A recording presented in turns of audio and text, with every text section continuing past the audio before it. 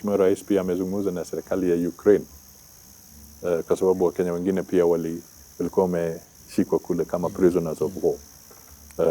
Kwa hivyo tunatumia mbinu za kidiplomasia kujaribu kuokoa wale ambao wako kwa shida. Hivi karibuni napanga ziara ya kwenda Urusi ili nifuatilie sana na serikali ya Urusi kwamba tushirikiane ili Wakenya wasiingie kwa hali ya hatari. Na ukikumbuka pia Mheshimiwa Rais pia amezungumza na serikali ya Ukraine kwa sababu Wakenya wengine pia walikuwa wameshikwa kule kama prisoners of war. Kwa hivyo tunatumia mbinu za kidiplomasia kujaribu kuokoa wale ambao wako kwa shida. Tumekuwa tukizungumza kwamba exporters wetu wafanye biashara. Ile AGOA, program ya AGOA ilikuwa imekatika. Walikuwa wamesimamisha. Baada ya sisi kuzungumza mara nyingi, Mheshimiwa Rais kuongoza ujumbe tukiandamana naye, serikali ya Amerika na kupitia kwa Congress sasa wamerejesha AGOA kwa miaka mingine 3. Na hii ametetea sana kwa niaba ya Afrika. Kwa hivyo wale ambao wana export kule na Kenya na Amerika kwa mfano, tunafanya biashara ya takriban milioni 800 za kidola. 800 karibu trilioni 1 inakaribia ya biashara. Kwa hivyo tuko sawa sana kwa mambo kama haya. AGOA ndio hiyo. Tumeanza negotiation ya bilateral trade agreements. Tukizungumza mambo ya China kwa mfano, Uchina sasa wamekubali kwamba bidhaa ambazo zinatoka katika bara la Afrika haswa zile za kilimo kwa mfano, kupitia kwa mpango wa FOCAC, yani mpango wa China na Afrika. Sasa tutauza bidhaa zetu kule bila kutozwa ushuru na bila limit, yani quota free na duty free. Mimi ningependa sana kuambia Wakenya kwamba tujihadhari sana. Na ndio kwa sababu kuna ile National Employment Agency. Alafu kuna Department ya Diaspora. Alafu kuna Wizara ya Labor.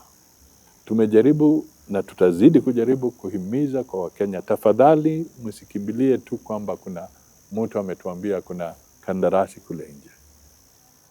Ofisi zetu ziko wazi, wananchi wapitie pale, tusaidiane tujue kwamba wale ambao wanawatafuta wana nia njema ama wana nia mbaya. Na wale wamejipata katika hali ya utata kule Urusi ni kwa sababu wengine waliponyoka tu, hata hawakuambia wazazi wao, hawakutueleza sisi kama serikali kwamba wanaenda kule. Kwa sababu ukitaka cheti cha kusafiri, hiyo ni haki yako kwa katiba. Unaweza safiri bila kusema tunauliza serikali. Lakini tumekuwa tukihimiza kwamba wakitoka nje ni vizuri pahali kuna embassy yetu, wajulishe embassy yetu kwamba wako kule na wapeane contact zao, ndio tusaidiane. Na tumekuwa na visa kama hivyo hata katika mataifa mengine upande wa Middle East, na wengine wamepatikana kule sehemu mbaya sana kule Myanmar, wameingia kwa mtego wa human trafficking.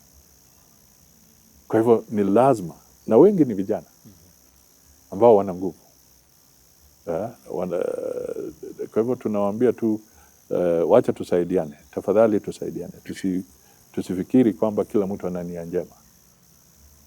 Siasa ni competition. Hakuna pahali ambapo unajua hii, labda wengine wanataka wazidishe mtindo wa kusema zoning. Ni vizuri tu kubali kwamba pia kuna demokrasia katika taifa letu.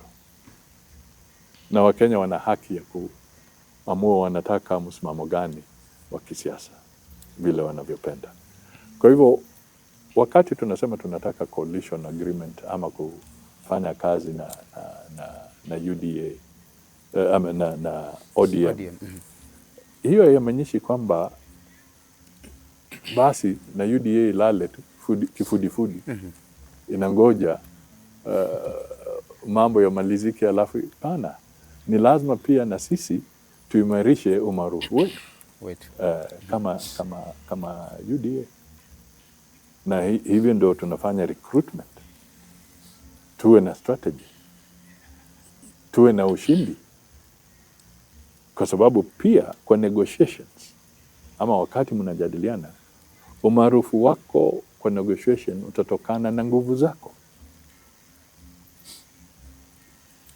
Kama nguvu zimepungua ama labda negotiation itakuwa tofauti, lakini mkiwa na uzito na umaarufu pia, basi kwa negotiation unakuwa na nguvu zaidi kwa kuzungumza.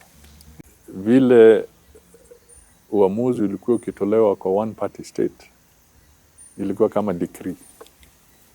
Rais amesema ndio hiyo. Haya, tukamaliza, tukakuja mpaka kwa Moi, tukamaliza, tukakuja kwa Kibaki, Uhuru. Lakini sasa katiba ambayo iko kwa uwanja, the constitution that is in play,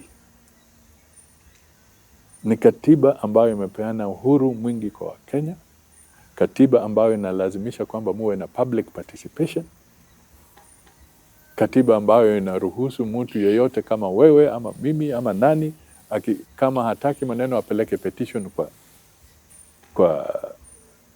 kwa koti, mpambane huko. Kwa hivyo hiyo katiba pia uzuri wake pia unaleta utata kwa implementation wa projects, kwa sababu saa zingine projects zinafanya nini? Zinachelewa kwa sababu ya haya maneno. Mnakumbuka ile debate ilikuweko kwa mambo ya housing, ilichukua karibu 1.5 mwaka, serikali ikienda kotini hapa na pale, na alafu hatimaye ndio ikapita kwa bunge, baadaye ndio tukaendelea. Hiyo ya SHA ndio hiyo. Kwa hivyo kile ambacho mimi naona ni kwa Mheshimiwa Ruto ni kwamba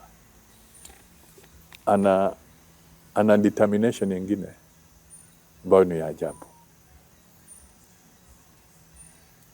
kwa sababu anaangushwa hapa, anaamuka, anasema tuendelee. Hii inasimamishwa, anaenda kotini, wanapambana, tunaendelea. Halazimishi, kwa sababu katiba hairuhusu kulazimisha. Kuhakikisha kwamba factories zetu ziko sawa, it will take a bit of time. Miwa, kwa wakulima wa miwa, ukisha lima, you wait for 18 months before it matures. It's a process. Na wale ambao wamechukua kulisi, tunataka wahakikishe kwamba they serve the farmers well. But what has happened, ili tuelewe kwamba this leasing na kuleta private sector si mbaya, ni kwamba juzi tumesema sasa we do not need COMESA protection.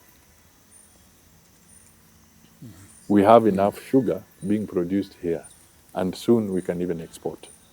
Tulikuwa tunatumia COMESA protection kwa sababu nchi ambazo zina efficiency ya kutushinda zilikuwa zina leta sukari hapa, alafu inakuwa na bei ya chini kushinda sukari ambayo ilikuwa inatoka kwa factories zetu.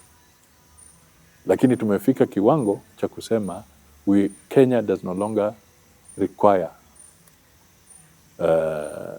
COMESA protection or safeguards, kwa sababu wakulima na wawekezaji wamefufua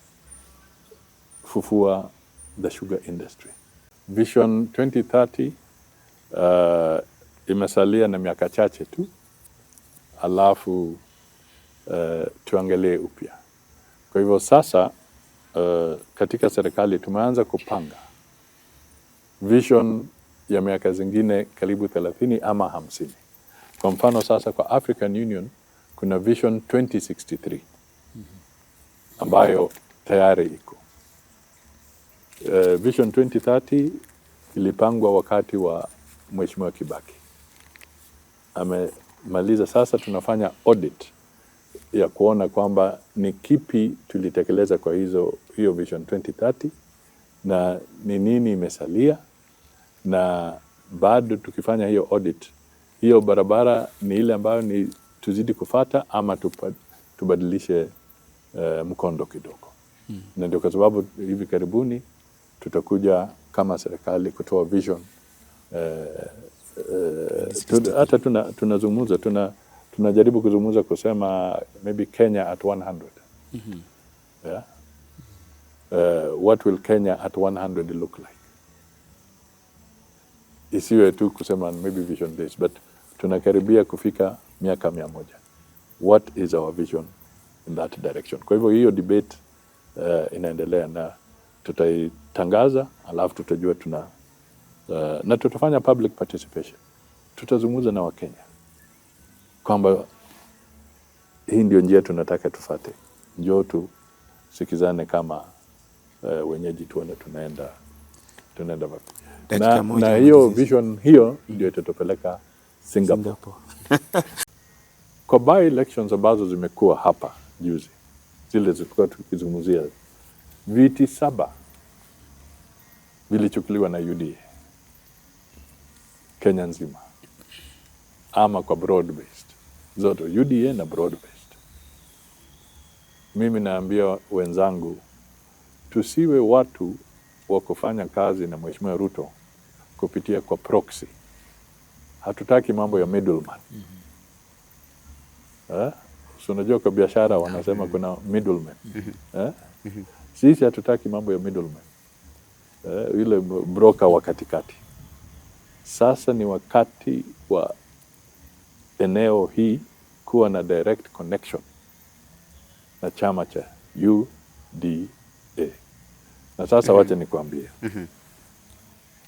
Tumetoa message, tumetangaza kama UDA kwamba tarehe 4 mwezi ujao, leo ni tarehe 30. Tarehe 4 ni siku ngapi? 5 zinazokuja. Itakuwa Wednesday. Next week. Tumetangaza kwamba all aspirants ambao wanataka kugombea kiti chochote kupitia kwa tikiti ya UDA, iwe MCA, iwe ubunge, iwe viti 5 positions, zile zinajulikana. Hata presidency kama wewe unataka, uweke application yako kwa portal tarehe 4 mwezi ujao. Tutakuwa na mkutano wa candidates ama aspirants wote wa UDA kwa taifa nzima. Na wacha sasa ni kushangaza. Kufika usiku wa leo.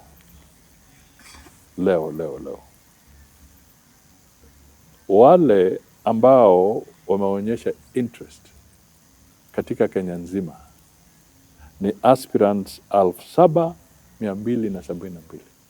Na hii namba inazidi kupanda. Huenda ikifika Wednesday, labda tutakuwa tumefika 12,000 ama 15,000 ya wale ambao wanatafuta kiti cha kisiasa kupitia kwa UDA. Na hapa magharibi tumefika 857 candidates. 857 candidates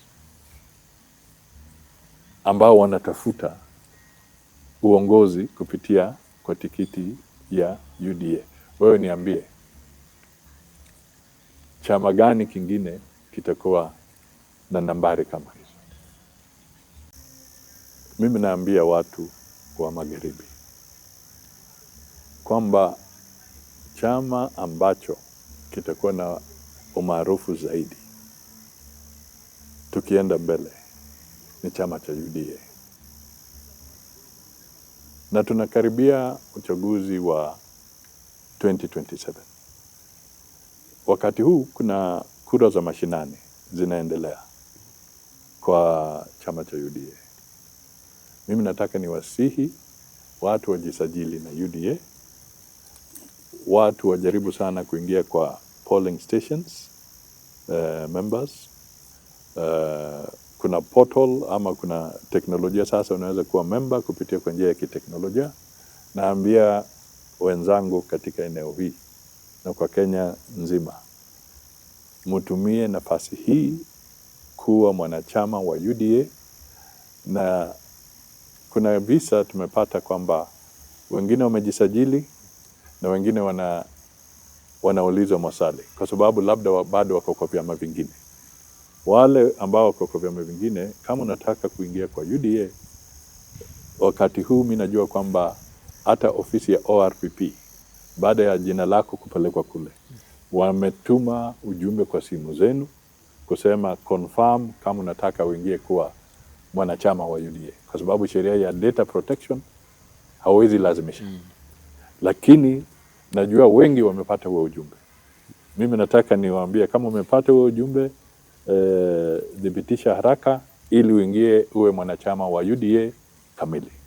Sasa tuende na UDA. Na ni kwa nini naambia watu kwamba ni UDA? Footprint. Na mimi niliambia watu hapo mapema kwamba ushindi utakuwa na Ruto.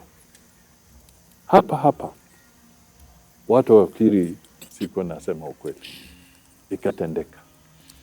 Mimi nikaambia watu kwamba hivi karibuni, vile nasema tuungane kwa sababu nimeona mbele kwamba ODM watakuja kufanya kazi na UDA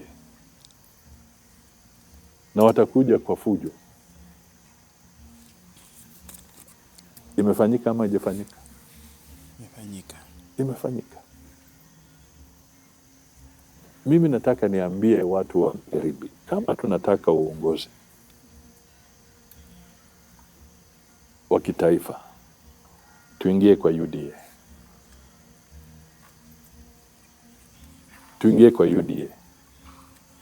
Tuwe na uzito katika chama cha UDA. Tuwe na wafuasi wengi katika chama cha UDA. Mheshimiwa Ruto akimaliza, anamaliza tamu yake ya pili, na nyinyi watu wa eneo hii muko na uzito wa kutosha kwa chama tawala. Alafu tutafute uongozi tukiwa kule ndani. Na ndio kwa sababu nimekuwa nikiambia watu, wewe uko kwa meli ile kubwa, alafu kuna mawimbi. Sasa utatoka kwa meli uende kwa mtumbwi, yani kanu, na unaona mawimbi yako pale. Meli kubwa kwa hii siasa ambayo tunaitafuta ni chama cha UDA. Kama mnataka itoke Sugoi na ikuje Mululu, ama ikuje hapa Kakamega, ama pale pengine hapa, mimi naambia watu wetu tuingie kwa UDA. Hakuna barabara nyingine. Hawa wengine sasa tujiulize, kwa ile wanaita united opposition, sijui ni united ama disunited opposition. Sasa kusema ukweli, kile cha eneo ya magharibi kule ni kipi? Tuulizane na tusemezane kwa ukweli kabisa, kuna nini? kuna kwa chama cha DAP ama kuna kwa ya Omnyoro ambayo haina mbunge ama kuna chama gani?